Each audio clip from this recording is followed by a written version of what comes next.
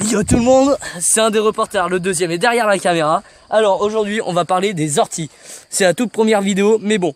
Alors, le truc avec les orties, vous les touchez, vous vous grattez. Ça c'est un truc commun avec les orties. Ensuite, non, ça c'est pas bon. Ensuite, le truc, c'est que l'ortie a des défauts. Je bégaye. L'ortie a des défauts, comme par exemple être urticante, donc elle pique dès qu'on la touche. Ou alors, elle a aussi des avantages, du style le purin d'ortie, qui est, je vais dire, un truc pour éloigner les insectes, les choses comme ça du potager, les insectes nuisibles. Et la soupe d'ortie. Il paraît que c'est super bon, j'en ai encore jamais mangé, mais j'aimerais bien. Il paraît que c'est ultra bon. J'en ai déjà mangé moi. Bah alors c'est bon ou pas? Oui, bah c'est une soupe. Elle est délicieuse avec du beurre. Avec du beurre. Ah d'accord. Ensuite, ici on peut observer leurs racines. Pas ça, hein. Ça c'est une stupide ronce qui s'est foutue là. Ça je crois que c'est une racine d'ortie. Vous pouvez voir à quel point elle s'était remise dans la terre là. Elle s'était remise dans la terre. Bon, je viens de la réhacher. De la rarracher. Bon, aussi, en même temps qu'on va faire des reportages sur les plantes, on va inventer de nouveaux mots, nouveaux concepts. Non mais 2 pouces, ça va pas quand tu vois je mets le mien. Mais comme ça fait double pouce bleu Ouais, sur voilà, les à la vidéos. limite. En parlant de ça, en plus ici, il y en a plein par là. Tout là. Il y en a plein. Je pourrais aussi Alors dire... tu pourrais aussi nous parler de comment les orties poussent, parce que ici on voit ils sont beaucoup plus petits que Ouais. ceux qui sont par exemple ici là. Bah c'est qu'en fait ici ce terrain, tu vois, ce terrain tout là, ici, c'est du gore. Il y a que du gore, il y a une fine couche de terre et que du gore après. Du coup, tout ça, je crois, à partir de là, c'est du gore ici, c'est de la terre. Donc les orties vont chercher à aller sur la terre. Pour ça que celles-là sont bien plus petites. Alors qu'il y a des endroits, par exemple là-bas, par exemple ce banc d'orties, ici, il est énorme. Du coup, ça veut dire qu'il y a de la bonne terre bien fertilisée en dessous. Et pour ça qu'il y a énormément de végétation, de choses comme ça. Parce que c'est bien fertilisé en dessous. Bon, par contre, j'y mettrai pas mes doigts pour vous chercher. Et si je me souviens bien, je me rappelle plus trop, mais je crois que quand on touche en dessous des feuilles d'ortie, eh bien ça urtique pas. Mais essayez pas. Je suis pas sûr. Vérifiez d'abord sur internet. Non, mais tu te mets dans la pente là. Yo tout le monde, c'est un reporter. Alors, le deuxième est derrière la caméra. Aujourd'hui, on va parler de ces 2 races de tomates. Races, 2 espèces, si on peut appeler ça des races. Alors, ici, il y a la noire de Crimée, si je me souviens bien. Alors, elle donne des tomates assez noires, assez goûteuses. Moi, je les aime bien, personnellement. Après, à vous de goûter et de me dire quelle est votre opinion. Ensuite, ici, celle-là, c'est les, si je me souviens bien, c'est les cornus. Voilà. Je me souvenais plus du nom, du coup, nous, ça va bien. On a des petites étiquettes, là. Noir de Crimée, cornu pour l'autre. Et les tomates cornues, elles ont un bout plutôt pointu, c'est assez bien. Ensuite, je crois qu'ici, c'est des choux, si je me souviens bien, en fait. Alors, ici... C'est une vidéo sur les tomates, pas sur les choux. Hein. Ouais, bah c'est la même chose. On parle de ce potager, là. C'est la même chose. Ah oui, aussi, faut qu'on vous parle de la permaculture. La permaculture, c'est une option, comme par exemple là, ce qu'on fait avec mon père. C'est en fait une option pour permettre de faire pousser plus avec moins d'eau et moins d'espace. Du style empiler des étages ou choses comme ça. Bon, c'est moins beau après. Ensuite, ici... Ouais, donc on vient de passer sur des radis. Ok, on était à des choux et des tomates, mais là c'est varié au moins. Comme ça, personne ne s'ennuie. Si on n'aime pas les tomates, au moins on s'ennuie pas si on aime les radis. Donc là, on va passer sur des radis 18 jours.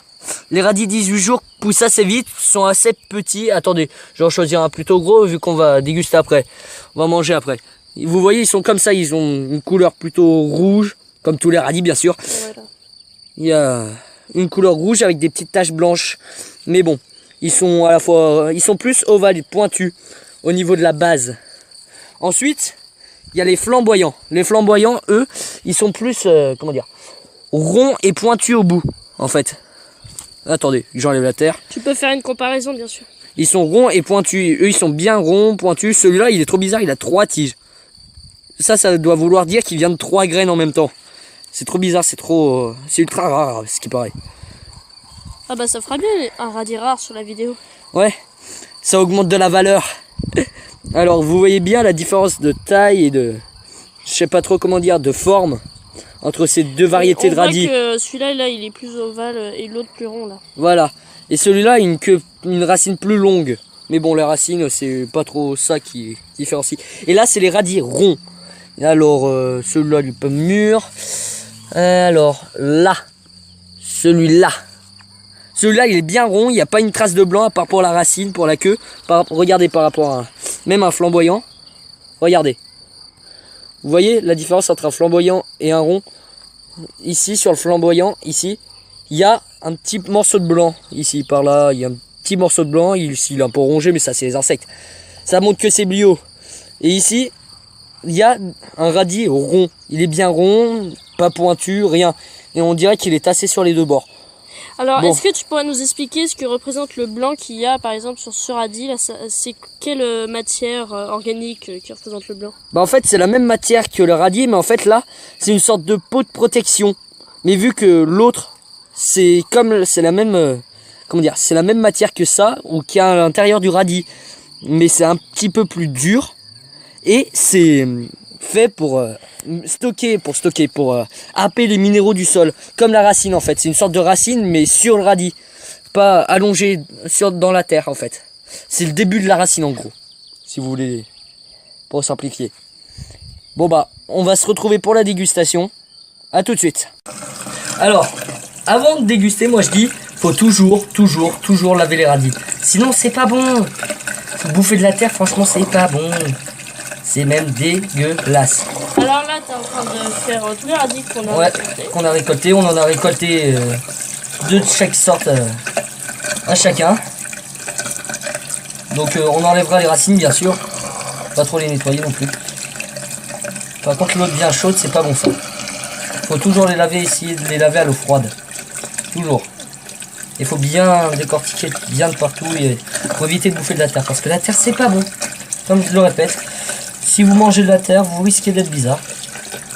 Surtout, ça n'a pas bon goût. Donc là, après le lavage des radis, on vous retrouve pour la dégustation. Alors aussi, maintenant, on se retrouve pour la préparation des radis. Alors, le truc, c'est que vous faites très attention. Vous avez besoin d'un couteau bien aiguisé de préférence. Vous faites attention à ça. Ça, c'est pas bon. Ça. Qu'est-ce que c'est que ça? C'est des prolongations. Non, ça c'est au foot ça. C'est des allongements des racines. On voit bien là qu'elles partaient des racines. Il faut bien découper ça. Parce que sinon c'est pas bon. Vous voyez, vous découpez le radis correctement. Ensuite vous coupez toute la partie blanche tout le temps. À part pour les radis qui sont comme ça, vous coupez que la queue. Bien sûr. La partie blanche c'est pour tous ceux qui sont bien rouges et tout ça. Donc là, celui-là le triple. La triplette et... Ah non, c'est même une quadruple hein. 1, 2, 3, 4. Super, hein, ça ajoute de la rareté à la vidéo.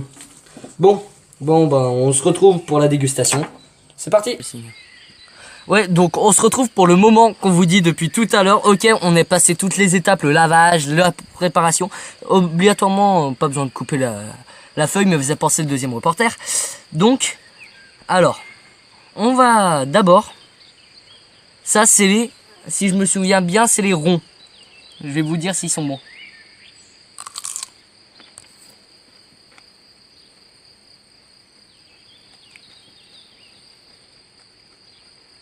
Ils sont super bons, mais très forts. En fait, il faut les manger directement après les avoir égouttés et séchés. Bon, moi je l'ai pas fait parce que ça enlève un peu de la... Fort, parce que sinon il serait encore plus fort. Donc je vais les finir. Et après... Ben vas-y, reporter de goûte le rond. Et dis-moi ce que t'en penses.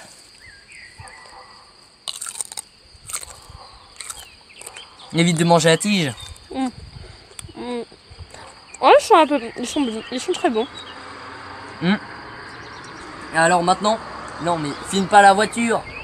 T'es bête. Mais c'était juste pour faire exprès. Alors, maintenant on va passer au flamboyant. On les a bien lavés, mais je crois qu'il reste de petits résidus de terre, mais c'est pas sûr. Attendez, on va goûter d'abord. Reporter de goûte et dis-nous ton impression. Ils sont déjà plus frais. Hein. Bah attends. Ils sont plus frais et ils ont un goût moins prononcé. Pour Mais le tien, ils parce sont- que le mien, il est bien fort. Hein. Ouais, ça doit dépendre un peu. Après, le tien, il a de la terre dessus, donc. Non, il n'y a pas de terre dessus. Putain, le mien, il arrache, par contre. Maintenant, on va passer aux 18 jours. Donc, qui est le plus petit. Le plus petit.